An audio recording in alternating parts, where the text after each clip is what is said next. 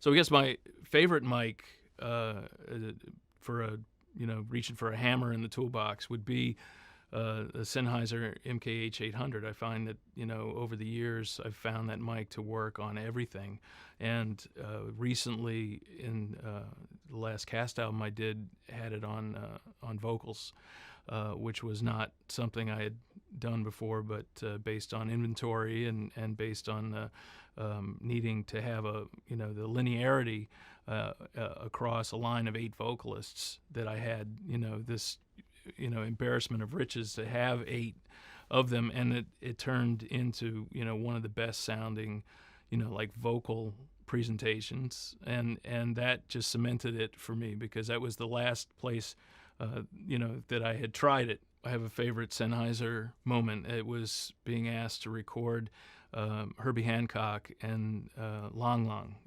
in a duet situation with 2 9-foot concert grands, snuggled up next to each other. So they were playing in an opposing, looking at one another. And I knew going into it in a studio environment, this was not in a concert hall, that I needed something, that was really going to capture the size, of this image and capture all that detail that each instrument was going to give. But if I put too many mics into the configuration, that the phase issues would start clouding it. So I knew that I needed to find just the right pair of mics, and I luckily had a set of MKH 800 twins available to me.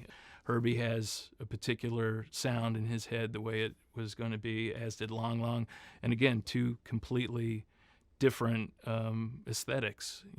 Herbie's coming from a jazz thing, Long Long's coming from a classical thing. It was very challenging, and I knew that I needed to, have plenty of backup.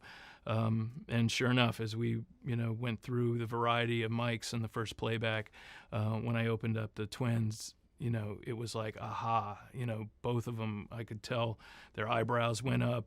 They stepped back, like, am I hearing this? And that was my favorite moment, in that, like, I made the right call because I had the right mics. And it was, like I said, going into it, the challenge of planning that.